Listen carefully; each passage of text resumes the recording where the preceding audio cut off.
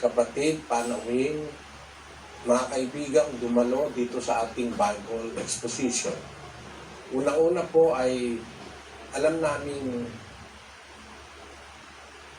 hindi madaling mag-anyaya sa tao dahil sa ating panahon, ang relihiyon ay nagiging isa pong kabiruan o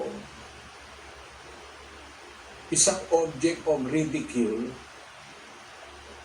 sa mga ibang tao dahil sa nasasaksihang mga iba't ibang gawaing mali sa mga relihiyon sa ating panahon. Yan po ipinagpauna ng Biblia doon sa 2 Pedro, Kapitulo 2 at versikulo 3. Pisahan natin sa 1. Ngunit may nagsilitaw din naman sa bayan ng mga bulaang propeta.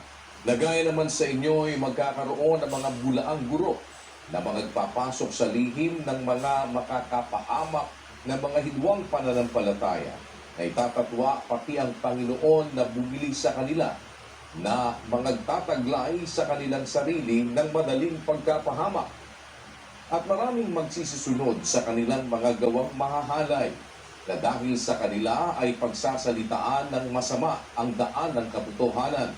Doon sa mga bulaang propeta, mga maling relihiyon, dahil sa kanilang masasamang gawa, pagsasalitaan ng masama ang daan ng katotohanan.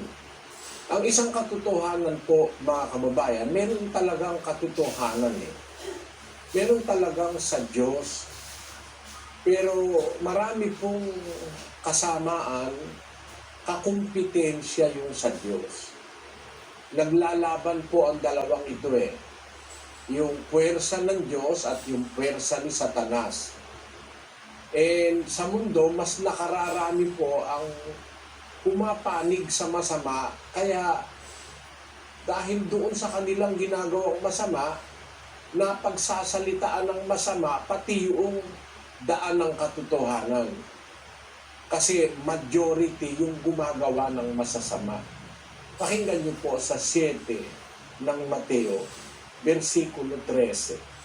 Kayo'y magsipasok sa makipot na pintuan sapagkat maluwang ang pintuan at malapad ang daang patungo sa pagkapahamak at marami ang dooy nagsisipasok sapagkat makipot ang pintuan at makitid ang daang patungo sa buhay at kakaunti ang nakakasumpong noon. Kung atin pong ikukumpara yung masama sa mabuti, maluwang ang wika ang pintuan, malapad ang daan, patungo sa pagkapahamak. Kung ang tao po ay mapapahamak at gusto ng kapahamakan, marami kang mapupuntahang ikapapahamak. May bisyo, may droga, may sugal, may pambababae, mayroong pagnanakaw, mayroong mga kung ano-anong masasama. Pero maraming mga lugar yan na pupuntahan mo.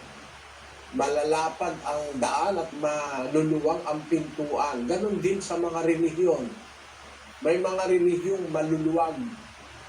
Walang bawal, kahit ano gawin mo, pwede. Walang bawal. Pero ang sabi ng Panginoong Jesus, makipot ang pintuan, makitid ang daang patungo sa buhay. Kakaunti ang nakakasumpong noon.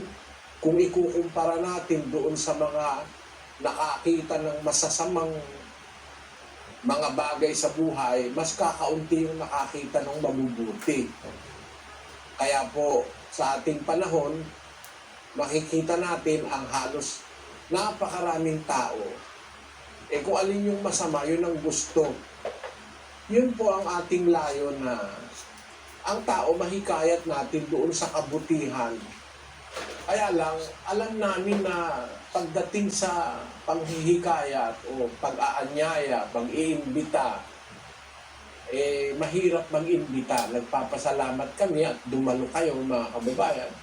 Kasi alam namin sa panahong ito ay ang mga tao dala na sa mga relihiyon, Sabi ni San Pedro, napagsasalitaan ng masama ang daan ng katotohanan. Sabi ng Apostol Pedro.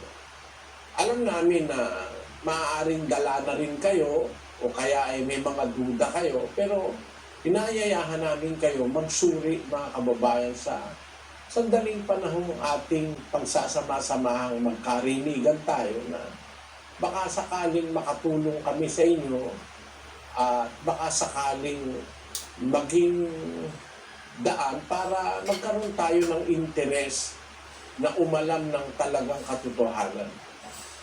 Welcome po kayo sa ating programa at umaasa po kami na magiging kapaki-pakinabang sa inyo.